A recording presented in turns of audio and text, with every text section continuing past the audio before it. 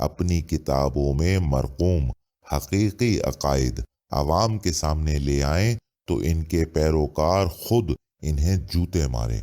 جناب والا، یہ بات آج ایک طالب علم بھی بخوبی جانتا ہے کہ قیاس نتیجہ عقل ہے، لہٰذا ان دونوں میں ہرگز کوئی فرق نہیں۔ بھائی، عقل نام ہے سوچنے سمجھنے کی صلاحیت کا، اور اس سوچ بچار کے نتیجے میں جس نتیجے پر آپ پہنچتے ہیں اسے قیاس کہا جاتا ہے۔ مطلب بنا عقل استعمال کیے قیاس کا کوئی وجود ہی نہیں بنتا۔ اسی لیے نہج البلاغہ میں امیر المومنین علیہ الصلوۃ والسلام نے فرمایا تھا کہ انسان کی فطرت ہے کہ وہ ہر شے کو اپنی عقل پر قیاس کرتا ہے۔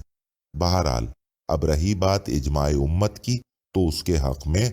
حضرت صلی اللہ علیہ وآلہ وسلم کا یہ ایک فرمان مبارک پیش کر دیا جاتا ہے کہ جناب مولا تو خود یہ فرما گئے ہیں کہ میری پوری امت قیامت تک کبھی کسی ناحق بات پر جمع نہیں ہو سکتی۔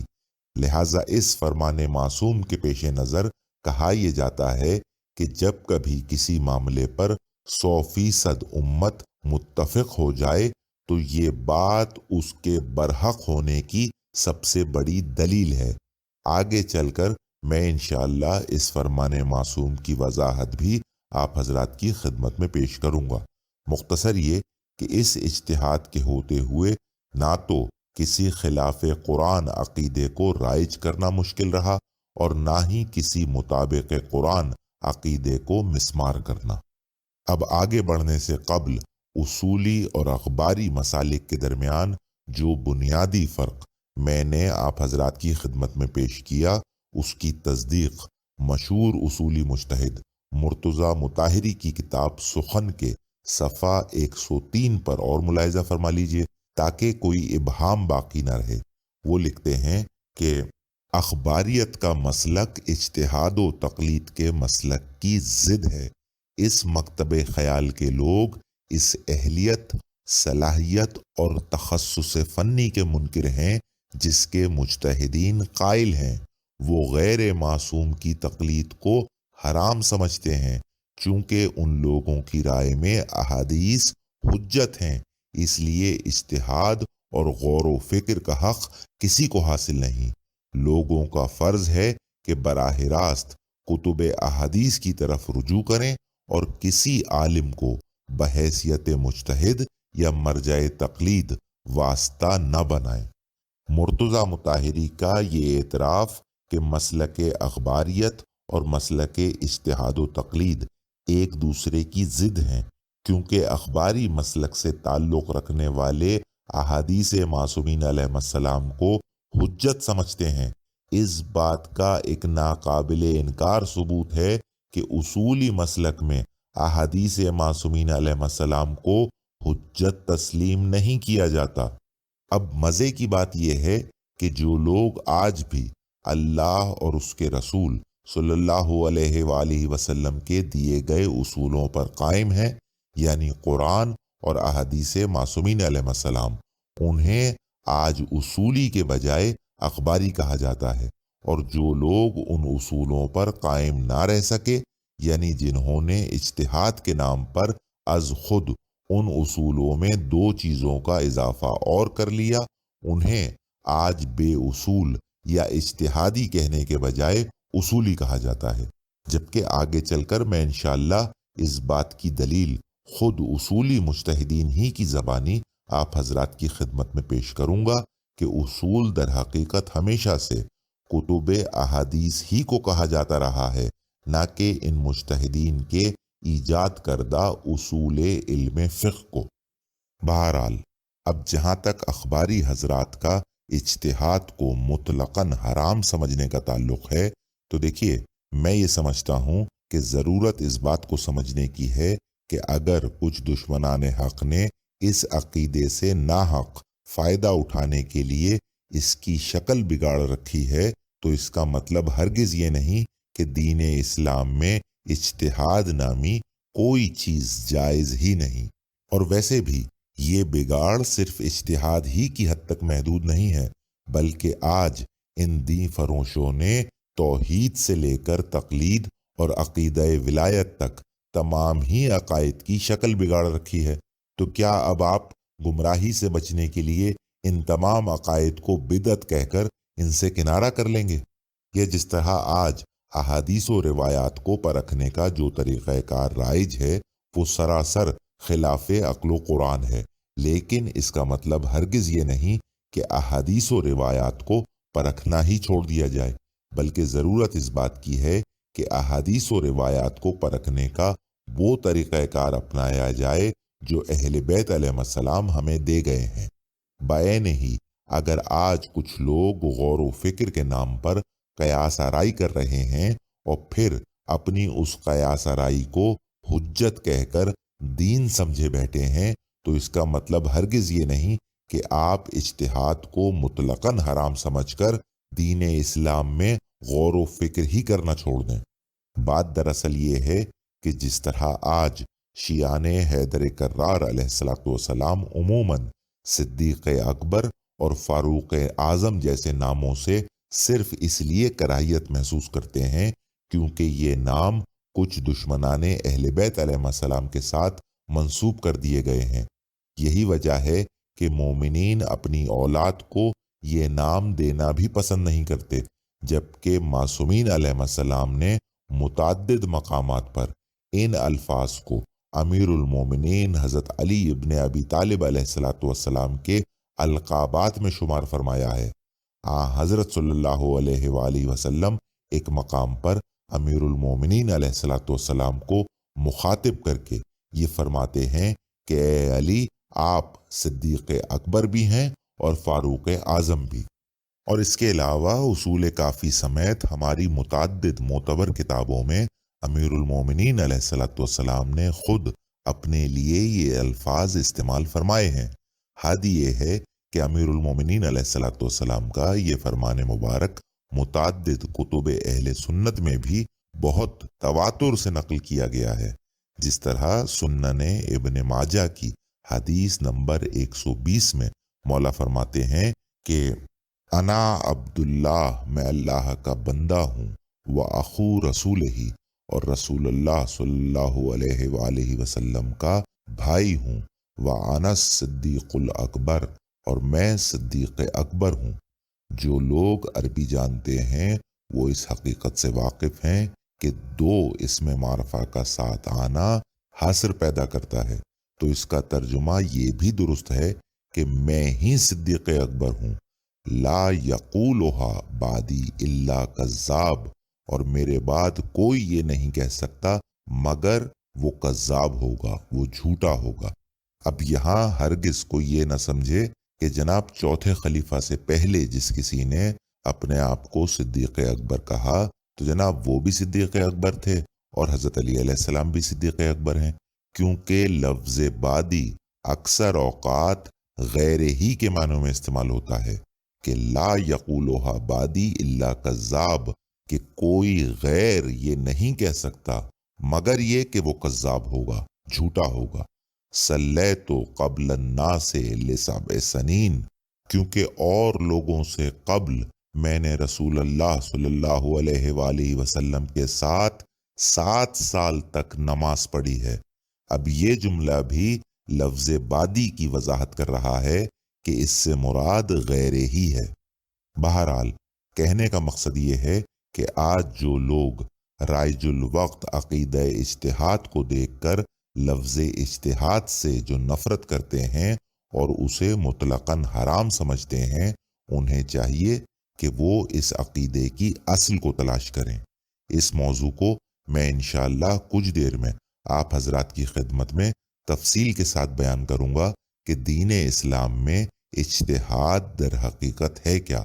فی الحال میں آپ حضرات کی توجہات رائج الوقت عقیدہ اجتہاد، یا جسے اجتہاد مصطلح بھی کہا جا سکتا ہے، اس کے حوالے سے کچھ ناقابل انکار حقائق کی طرف دلانا چاہتا ہوں۔ اور اس سلسلے کی سب سے پہلی بات یہ کہ علم رجال کی طرح یہ عقیدہ اجتہاد بھی محض ایک بدعت ہے، جس کا آغاز مکتب تشیع میں 4 اور 5ویں صدی ہجری میں علم رجال کے ساتھ ساتھ کیا گیا۔ یعنی جب تک معصومین علیہ السلام بظاہر موجود تھے اس وقت تک اس مکتب میں اس بدعت کا بھی کوئی نام و نشان موجود نہیں تھا۔ ہاں البتہ مکتب عامہ میں اس کا آغاز وصال رسالت مآب صلی اللہ علیہ وآلہ وسلم کے فوراً بعد خلافت کی طرح محض مخالفت ائمہ علیہ السلام میں کیا گیا کہ جناب شریعت کے احکامات سمجھنے کے لیے ہمیں معاذ اللہ ائمہ علیہ السلام کی تعلیمات کی کوئی حاجت نہیں، بلکہ قرآن اور حدیث رسول صلی اللہ علیہ وآلہ وسلم کے بعد امت کا اجماع اور خلفاء کی ذاتی رائے ہمارے لیے حجت کا درجہ رکھتے ہیں۔ لیکن چونکہ عشق اہل بیت علیہ السلام در حقیقت عشق خدا ہے اور مخالفت اہل بیت علیہ السلام مخالفت خدا کا دوسرا نام ہے، لہٰذا بعد از رسول خدا صلی اللہ علیہ وآلہ وسلم حسبنا کتاب اللہ کے نعرے کے تحت مکتب عامہ کا یہی دستور بن گیا کہ وہ فروعی مسائل یعنی حلال و حرام کے مسائل قرآن و حدیث کے بجائے بذریعہ اجتہاد حل کرنے لگے، اور ساتھ ہی ساتھ مکتب اہل بیت سے تعلق رکھنے والوں کو یہ طعنہ بھی دیا کرتے تھے کہ چونکہ یہ لوگ اجتہاد سے کام نہیں لیتے اسی لیے ان کے پاس فروعی مسائل کی قلت ہے، کیونکہ بقول ان کے اجتہاد کیے بنا ان مسائل کو حل نہیں کیا جا سکتا۔ اجتہاد کی جو تاریخ میں نے آپ حضرات کی خدمت میں بیان کی، یہ دراصل خلاصہ ہے شیخ طوسی کی مشہور زمانہ کتاب المبسوط کے مقدمے کا۔ یہ وہی شیخ طوسی ہیں کہ جو کتب اربع میں سے 2 کتابوں کے خالق بھی ہیں، اور یہ وہی شیخ طوسی ہیں کہ جن کو تمام مجتہدین مکتب اصول فقہ کا سب سے بڑا ترجمان بھی قرار دیتے ہیں۔ اب قبل اس کے کہ میں شیخ طوسی کا وہ مقدمہ آپ حضرات کی خدمت میں پیش کروں، ایک لفظ کی وضاحت کر دینا ضروری سمجھتا ہوں جو اس مقدمے میں استعمال ہوا ہے، اور وہ ہے لفظ حشف، بڑی ہے شین اور واو حشف۔ حشف کے معنی ہے کسی خالی چیز کو بے مقصد بھرنا، اور یہ لفظ بطور طعنہ ان لوگوں کے لیے استعمال ہوتا تھا جو محض کتابوں کو بنا مقصد سیاہی سے بھرتے ہوں، اور اہل حشف سے مراد اس دور میں امام احمد ابن حنبل کے ماننے والوں کو لیا جاتا تھا، اور یہ طعنہ دینے والے امام ابو حنیفہ اور دیگر ائمہ اہل سنت کے پیروکار تھے،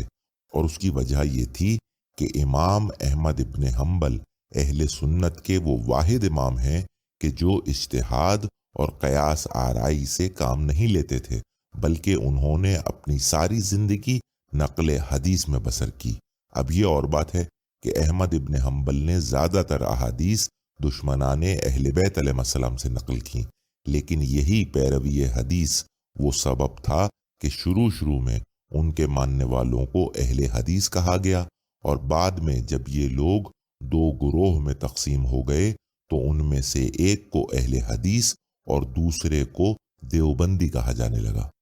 اب آئیے ایک نظر شیخ طوسی کے اس مقدمے پر ڈالیں جس کا تعارف میں نے آپ حضرات کی خدمت میں پیش کیا۔ وہ حمد و ثنا کے بعد لکھتے ہیں کہ فَإِنِّي لَا أَزَالُ أَسْمَعُ مَعَاشِرَ مُخَالِفِينَ مِنَ الْمُتَفَقِّهَةِ وَالْمُنْتَسِبِينَ إِلَى عِلْمِ الْفُرُوعِ يَسْتَحْقِرُونَ فِقْهَ أَصْحَابِنَا إِمَامِيَّ وَيَسْتَنْزِرُونَ۔ میں ہمیشہ سے دیکھتا آیا ہوں کہ مخالفین کے فقہا ہم شیعوں پر یہ اعتراض کرتے آئے ہیں کہ مسلک امامیہ کے پاس فقہا اور عالم فروع یعنی حلال و حرام جاننے والے نہیں ہیں۔ وَيَنْسِبُونَهُمْ إِلَىٰ قِلَّةِ الْفُرُوعِ وَقِلَّةِ الْمَسَائِلِ وَيَقُولُونَ إِنَّهُمْ أَهْلُ حَشْفٍ وَمَنَاقِضَةٍ۔ یہی وجہ ہے کہ ان کے پاس قلت فروع اور قلت مسائل ہیں، اسی لیے وہ شیعوں کے متعلق کہتے ہیں کہ یہ لوگ بھی اہل حشف و مناقضہ میں سے ہیں، یعنی یہ لوگ بھی حنبلیوں کی طرح بنا مقصد کتابوں کو سیاہی سے بھرنے والے ہیں۔ وَإِنَّا مَنْ يَنْفِي الْقِيَاسَ وَالِاجْتِهَادَ لَا طَرِيقَ لَهُ إِلَىٰ كَثْرَةِ الْمَسَائِلِ وَلَا التَّفْرِيعِ عَلَى الْأُصُولِ۔ کیونکہ جب ان کے پاس قیاس و اجتہاد نہیں ہے تو پھر کثرت مسائل کیسے ہو سکتے ہیں؟ گویا ان کے پاس علم اصول ہی نہیں ہے۔ لِأَنَّ جُلَّ ذَلِكَ وَجَمْهُورَهُ مَأْخُوذٌ مِنْ هَذَيْنِ الطَّرِيقَيْنِ، کیونکہ حلال و حرام کے مسائل انہی طریقوں سے حل کیے جاتے ہیں۔ اس اقتباس سے یہ بات بھی واضح ہو گئی کہ احادیث معصومین علیہ السلام کے مقابلے پر اجتہاد کو علم اصول کا نام دینے والے بھی مکتب عامہ ہی کے پیروکار تھے۔ بہرحال اب اس کے آگے وہ جواب مرقوم ہے جو شیخ طوسی نے اس اعتراض کا دیا۔ شیخ طوسی کے اس جواب میں دو الفاظ بالخصوص قابل غور ہیں۔ ایک یہ کہ انہوں نے لفظ اصل احادیث معصومین علیہ السلام کے لیے استعمال کیا، اور دوسرا علوم فقہ سے مراد انہوں نے فقہ جعفریہ یعنی علوم احادیث ہی کو لیا، نہ کہ فقہ مجتہدین کو۔ وہ لکھتے ہیں کہ وَهَذَا جَهْلُ مِنْهُمْ بِمَذَاهِبِنَا وَقِلَّةُ التَّعَمُّلِ لِأُصُولِنَا۔ مکتب عامہ کا یہ اعتراض در حقیقت ان کا جہل ہے، کیونکہ وہ ہماری اصل یعنی احادیث کو قلیل سمجھتے ہیں۔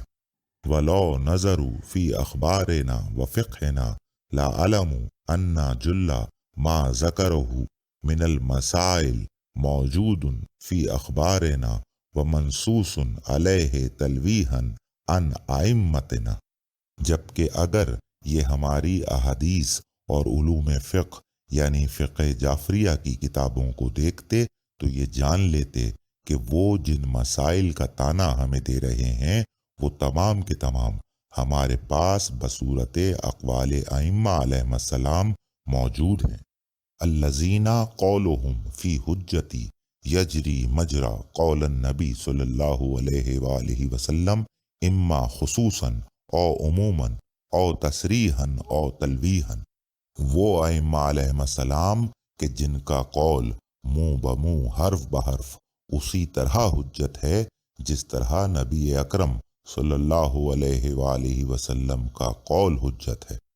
مطلب شیخ طوسی نے اس اقتباس میں ان دو باتوں کا اعتراف بالفاظ صاف کیا ہے۔ ایک یہ کہ اجتہاد اور نقل احادیث ایک دوسرے کی ضد ہیں، جن میں سے ایک چیز مکتب عامہ میں رائج تھی اور دوسری مکتب اہل بیت علیہ السلام میں، اور دوسرا اہم اعتراف یہ کہ مکتب اہل سنت میں تو اجتہاد ہمیشہ سے رائج تھا، لیکن بقول شیخ طوسی مکتب تشیع میں کم از کم ان کے دور تک یعنی 460 ہجری تک نہ صرف اجتہاد کو حرام سمجھا جاتا تھا بلکہ اس کا کوئی نام و نشان تک نہیں تھا، اور اس کی وجہ یہ تھی کہ جب تمام مسائل کا حل احادیث معصومین علیہ السلام میں موجود ہے تو پھر اجتہاد کے نام پر ذاتی رائے سے مسائل کا حل نکالنے کی کوئی تک ہی نہیں بنتی۔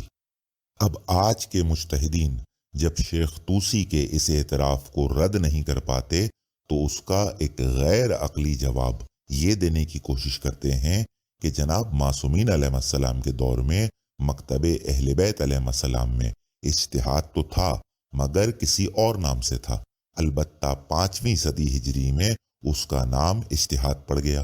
اور یہ بے تکا جواب مشہور اصولی مجتہد آیت اللہ مرتضیٰ عسکری کی کتاب مکتب امامت و خلافت کی دوسری جلد کے صفحہ 34 پر بھی دیکھا جا سکتا ہے، جہاں وہ یہی کہنے کی کوشش کر رہے ہیں کہ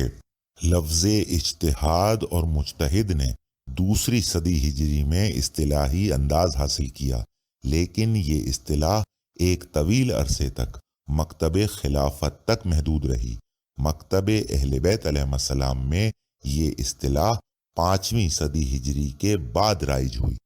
اب میری سمجھ سے باہر ہے کہ یہ حضرت کیا کہنا چاہتے ہیں۔ اگر ان کا مقصد حقیقت کا اعتراف ہے کہ 5ویں صدی ہجری تک مکتب اہل بیت علیہ السلام میں اجتہاد نہیں تھا تو انہیں یہ بات واضح الفاظ میں کہنی چاہیے تھی، اور اگر یہ موصوف یہ کہنا چاہ رہے ہیں کہ اجتہاد تو تھا مگر کسی اور نام سے تھا اور 5ویں صدی ہجری میں اسے باقاعدہ اجتہاد کہا جانے لگا،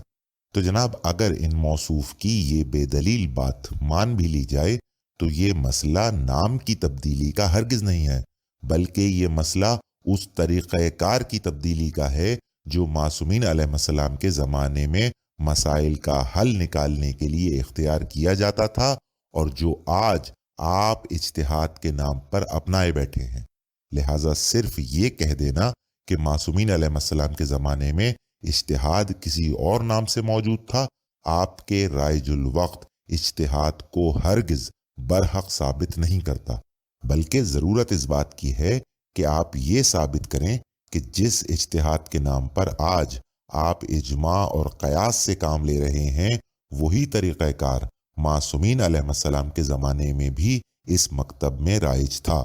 جبکہ حقیقت یہ ہے کہ آج جس اجتہاد سے آپ کام لے رہے ہیں وہ بے شک زمانہ معصومین علیہ السلام میں رائج تھا، لیکن مکتب اہل بیت علیہ السلام میں نہیں بلکہ مکتب عامہ میں، اور دیگر بدعتوں کی طرح اس ناصور کو بھی آپ نے دشمنان اہل بیت علیہ السلام ہی سے اخذ کیا ہے، کیونکہ یہ بات کوئی اندھا بھی دیکھ سکتا ہے کہ اہل سنت اور ان اصولیوں کے اجتہاد میں ذرہ برابر بھی کوئی فرق نہیں۔ اس کی مزید وضاحت میں انشاءاللہ آگے چل کر بیان کروں گا۔ بہرحال اب اس موقع پر ایک اہم سوال یہ پیدا ہوتا ہے کہ جب معصومین علیہ السلام کے دور میں اہل سنت کا یہ طریقہ کار جس میں وہ اجماع اور قیاس سے کام لیا کرتے تھے اجتہاد کہلاتا تھا، تو پھر کیا وجہ تھی جو مکتب تشیع میں وہی چیز کسی اور نام سے جانی جاتی تھی اور بعد میں اسے وہی اہل سنت والا نام دینے کی ضرورت پیش آئی؟ یقین جانیے کہ کوئی باطل عقیدہ ہو یا کوئی باطل فرقہ، اس کی بقا صرف اسی وقت تک ہے کہ جب تک اس کے دفاع میں ایک جھوٹ کو چھپانے کے لیے 70 جھوٹ نہ بولے جائیں، کیونکہ جہاں اس کے دفاع میں جھوٹ بولنا چھوڑا وہاں وہ صفحہ ہستی سے مٹ جائے گا۔ اب ایک قابل غور سوال یہ بنتا ہے کہ مکتب اہل سنت میں اجتہاد کی ضرورت کب اور کیوں پیش آئی، اور یقین جانیے کہ اگر اس سوال کو پوری طرح سمجھ لیا جائے تو مکتب اہل بیت علیہ السلام میں اس عقیدے کی حقیقت خود بخود واضح ہو جائے گی۔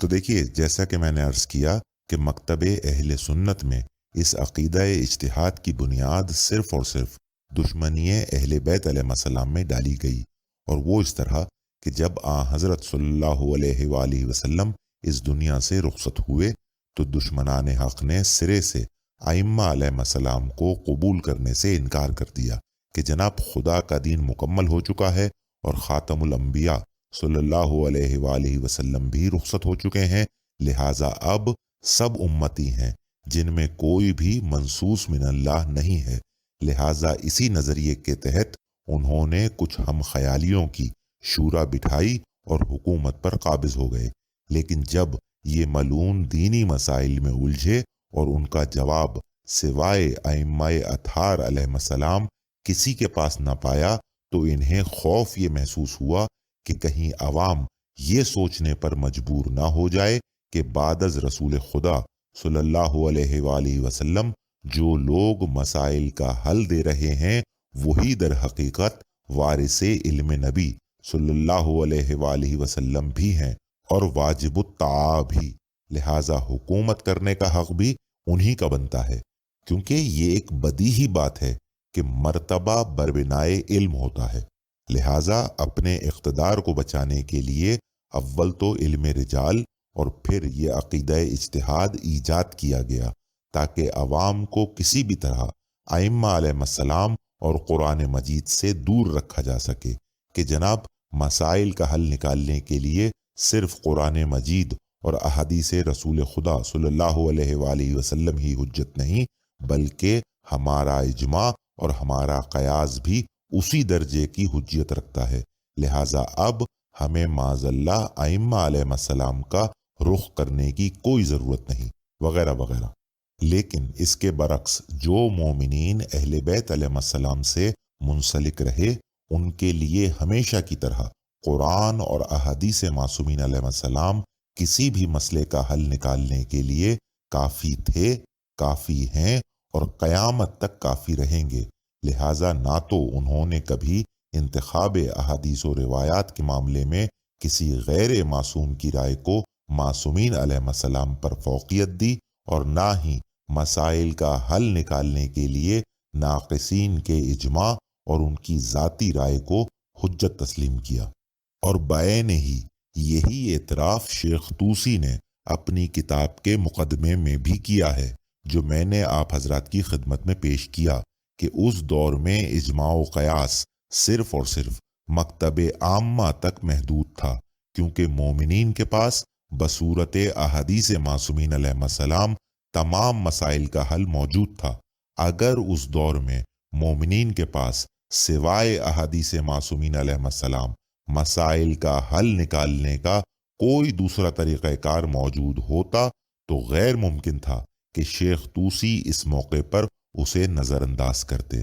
اور اس کی سب سے بڑی دلیل وہ سینکڑوں اقوال معصومین علیہ السلام ہیں جہاں یہ ذوات مقدسہ قدم قدم پر دین میں ذاتی رائے کی دخل اندازی کو حرام قرار دیتی آئی ہیں۔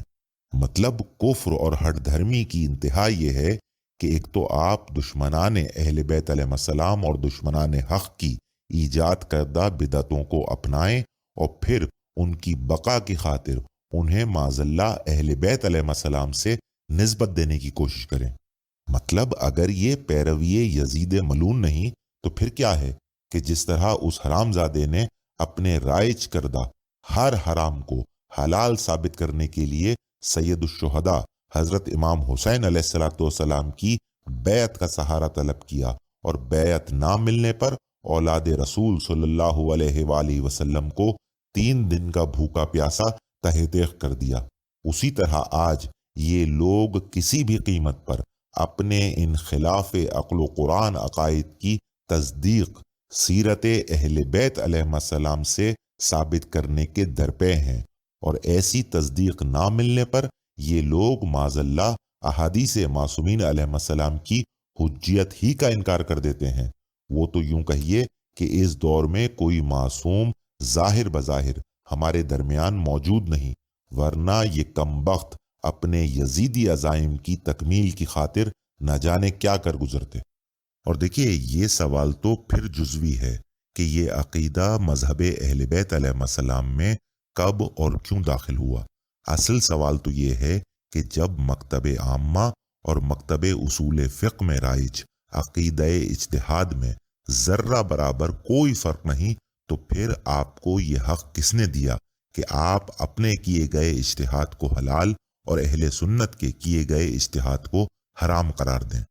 دیکھیے حقیقت یہ ہے کہ علم رجال کی طرح یہ ناصور بھی در حقیقت مکتب اہل سنت ہی سے پھیلتا ہوا مکتب تشیع میں عین اس وقت داخل ہوا جب قائم آل محمد علیہ السلام نے غیبت تامہ اختیار کر لی، ورنہ ائمہ علیہ السلام کے دور تک مسائل کا حل صرف اور صرف قرآن و احادیث سے نکالا جاتا تھا، لیکن آخری امام کے پردہ غیب میں جاتے ہی بالکل مکتب عامہ کی طرز پر سب سے پہلے تو قرآن و احادیث پر ناکافی ہونے کی تہمت لگائی گئی۔ مطلب جس طرح علماء مکتب عامہ نے رسالت مآب صلی اللہ علیہ وآلہ وسلم کے فوراً ہی بعد قرآن و احادیث کو ناکافی قرار دے کر اپنی ذاتی رائے کو دین بنا لیا تھا، اسی طرح کچھ بد نصیب علماء تشیع نے بھی ان ثقلین کو ناکافی قرار دے دیا جنہیں رسول خدا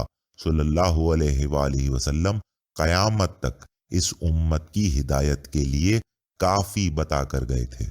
مختصر یہ کہ مکتب اہل بیت علیہ السلام میں اجتہاد کا آغاز کرنے والے سب سے پہلے جو 2 مجتہدین گزرے ہیں، ان میں ایک ابن عقیل عمانی تھے اور دوسرے ابن جنید، جنہوں نے 4 صدی ہجری میں بالکل مکتب عامہ کی طرح حکومت کے لالچ میں قرآن مجید اور احادیث معصومین علیہ السلام کے ساتھ ساتھ اجماع امت اور قیاس کو بھی ماخذ شریعت قرار دے دیا۔ لیکن افسوس کی بات یہ ہے کہ اول تو آج کے مجتہدین اور علماء اس بات کو ظاہر ہی نہیں کرتے کہ یہ عقیدہ اجتہاد ان کے پاس مکتب عامہ سے منتقل ہوا ہے، اور جو تھوڑے بہت اس حقیقت کا اعتراف کرتے ہیں وہ بھی عوام الناس کو اس کا حقیقی سبب نہیں بتاتے کہ یہ سب کچھ مال دنیا کی خاطر کیا گیا، جسے حرف عام میں خمس کہا جاتا ہے، بلکہ وہ کہتے یہ ہیں کہ جناب اس کی وجہ صرف اور صرف اتحاد بین المسلمین کو برقرار رکھنا تھا۔ سبحان اللہ! مطلب جب آپ اتحاد بین المسلمین کی خاطر دشمنان اہل بیت علیہ السلام سے ہاتھ ملا سکتے ہیں تو پھر کیا تعجب کہ آنے والے وقت میں آپ اتحاد عالم کی خاطر دشمنان خدا یعنی یہود و نصارہ سے بھی ہاتھ ملا لیں۔ اب اس حوالے سے بھی بہت سے مجتہدین کی توثیقات پیش کی جا سکتی ہیں، لیکن میں بار بار مرتضی مطہری کا حوالہ اس لیے پیش کر رہا ہوں کیونکہ انقلاب ایران اور بالخصوص خمینی صاحب کے ساتھ جس طرح یہ ساری زندگی وابستہ رہے، کوئی اور مجتہد نہیں رہا، جس کی تفصیل آپ خود بھی آن لائن چیک کر سکتے ہیں۔ یہ جناب اپنی کتاب سخن کے صفحہ 100 پر لکھتے ہیں کہ ایسا معلوم ہوتا ہے کہ بہت سی صورتوں میں شیعہ اس بات کے پابند تھے کہ عام مسلمانوں کے ساتھ ہم آہنگی اور اتحاد برقرار رکھیں۔ مثلاً اہل تسنن کے نزدیک اجماع حجت ہے اور وہ اجماع کو بھی قیاس کی طرح ایک اصول اور ماخذ مانتے تھے۔ شیعوں کو یہ بات تسلیم نہیں تھی، لیکن وحدت اسلوب کو برقرار رکھنے کے لیے وہ جس بات کے قائل تھے انہوں نے اس کا نام اجماع رکھ دیا۔ سنی کہتے تھے کہ ادلہ شریعہ 4 ہیں: کتاب، سنت، اجماع اور اجتہاد و قیاس۔ انہوں نے بھی کہا کہ ادلہ شریعہ 4 ہیں: کتاب، سنت، اجماع اور عقل، فقط قیاس کی جگہ عقل کو رکھ دیا۔ اچھا، اب یہ بات کوئی بچہ بھی بآسانی سمجھ سکتا ہے کہ قیاس اور عقل میں ہرگز کوئی فرق نہیں، قیاس ہوتا ہی عقل سے ہے، اسی لیے قیاس عقل کی اصطلاح مشہور ہے، ورنہ کیا آپ کے خیال میں بنا عقل استعمال کیے بھی کوئی قیاس کرنے کا فن جانتا ہے؟ بات دراصل یہ ہے کہ چونکہ اہل بیت علیہ السلام قیاس کرنے والوں پر لعنت بھیج چکے ہیں، لہٰذا اس لعنت سے بچنے کے لیے یہاں اس عمل شیطان کا نام بدل کر عقل رکھ دیا گیا۔ مزید برآں مرتضی مطہری کے اس اقتباس سے یہ بات بھی واضح ہو گئی کہ اجماع اور اجتہاد ہمیشہ سے فقہ جعفریہ کا حصہ نہیں رہے، بلکہ انہیں اتحاد بین المسلمین کی خاطر اپنایا گیا۔ کہنے کا مقصد یہ ہے کہ یہ مکتب اصول در حقیقت اہل بیت علیہ السلام کے بعد 4 اور 5 صدی ہجری میں وجود میں آیا۔